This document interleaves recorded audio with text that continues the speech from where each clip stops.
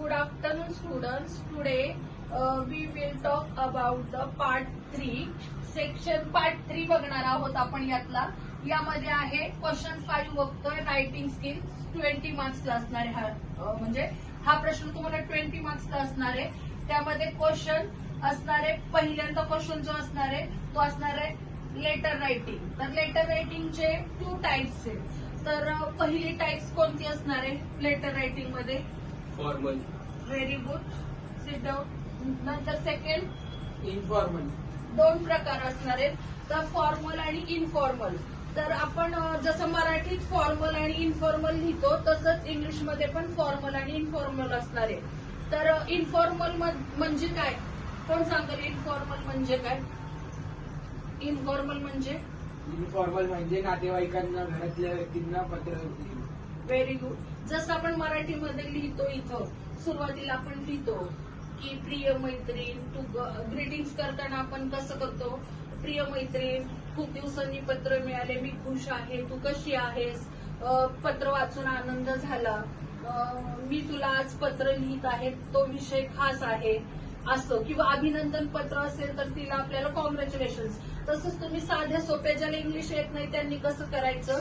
Dear friends, नंतर address लिहायचा, address नंतर जिथे कॉमा, जिथं पॉइंट आहे तिथं ते सगळं करायचं. त्याच्यानंतर सुरुवात करताना असं लिहायचं, dear friends, how are you? I am happy. I hope you are also happy dear. How is your mother and father? हे झाले ग्रीटिंग्स. आणि नंतर तुम्हाला जो मेन सब्जेक्ट दिलेला आहे तो सुरुवात करायचा. त्याचा पॅसेज झाला की नंतर लेटरच्या एंड करायचं आहे. त्याच्यात आता आपण दुसरा प्रकार बघतोय, फॉर्मल लेटर्स. तर फॉर्मल लेटर्स विषयी कोण सांगू शकतं? फॉर्मल लेटर्स कसं असतं आणि काय असतं? कोण सांगेल? सांग. फॉर्मल लेटर आपण कोणतेही ऑफिसर, गव्हर्नमेंट ऑफिसर, टीचर्स, बॉसला लिहितो. Very good. तर आता फॉर्मल लेटर्स असेल ना, तर फॉर्मल लेटर्स ऑफिशियल असतं. तिथं आपण घरच्या सारखं किंवा मित्रमैत्रिणीसारखी लँग्वेज वापरू शकत नाही. तिथं आपण कसं ऑफिशियलच बोललं पाहिजे. मग सुरुवातीला आपण सांगणार रिस्पेक्टेड सर, आणि मग आपल्याला ज्याविषयी काही मागणी करायची किंवा एखादी विनंती करायची, पाणी येत नाही किंवा काय असं, ते जे लेटर असतं ते ऑफिशियल पद्धतीनेच असतं. मग तुम्हाला दोन्हीपैकी एकच लेटर लिहायचंय.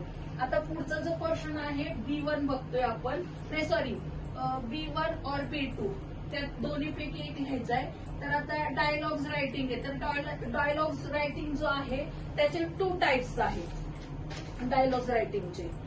तर पहिला आहे तो dialogues writing, prepare the dialogues from jumble sentences. Jumble sentences म्हणजे काय आणि कसं लिहायचं ते आपण? जंबल सेंटेन्स म्हणजे कोणत्याही काही वाक्यांची जुळवाजुळव करणे म्हणजे jumble sentence. Very good, sit down. म्हणजे आता यांनी सांगितलं बघा की हे जे डायलॉग्स रायटिंग आहे ना त्यामध्ये काही चुका असतात, तर त्या वाक्यांची जुळवाजुळव करून हे डायलॉग्स रायटिंग करायचं असतं.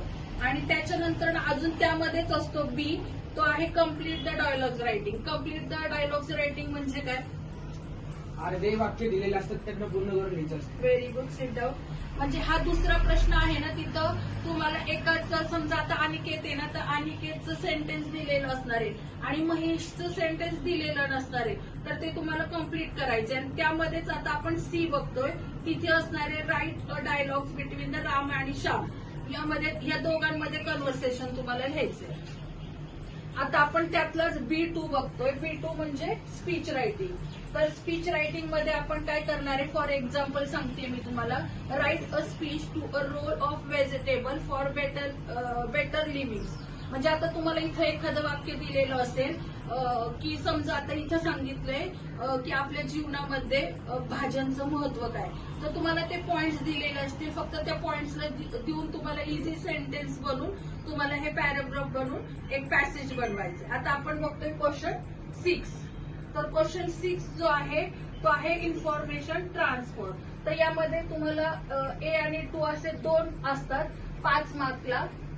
तर त्यापैकी एक लिहायचंय. तर त्यामध्ये पहिलं आहे नॉन व्हर्बल आणि दुसरं आहे व्हर्बल. तर तुम्हाला आता नॉन व्हर्बल आणि व्हर्बल हे सुरुवातीला म्हणजे कळलं पाहिजे काय आहे. तर नॉन व्हर्बल म्हणजे काय असतं, तर नॉन व्हर्बल मध्ये तुम्हाला एक डायग्राम दिलेला असतो आणि त्याचे तुम्हाला पॅसेज बनवायला लागतात. ते झालं नॉन व्हर्बल. आणि व्हर्बल मध्ये काय आहे, तुम्हाला एक पॅसेज दिलेला जातो आणि त्याचा तुम्हाला डायग्राम किंवा टेबल बनवायचा असतो. त्याला म्हणतात व्हर्बल टू नॉन व्हर्बल. तर मला वाटतं की हे सोपं आहे, व्हर्बल टू नॉन व्हर्बल, कारण यामध्ये पॅसेज आहे, त्याचं तुम्हाला चार्ट बनवायला सोपं जातं. हे तुम्हाला दोन्हीपैकी एकच करायचं. हा 5 मार्काला प्रश्न असणार आहे.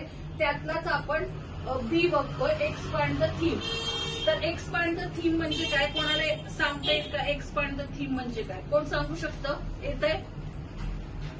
येतंय का कोणाला?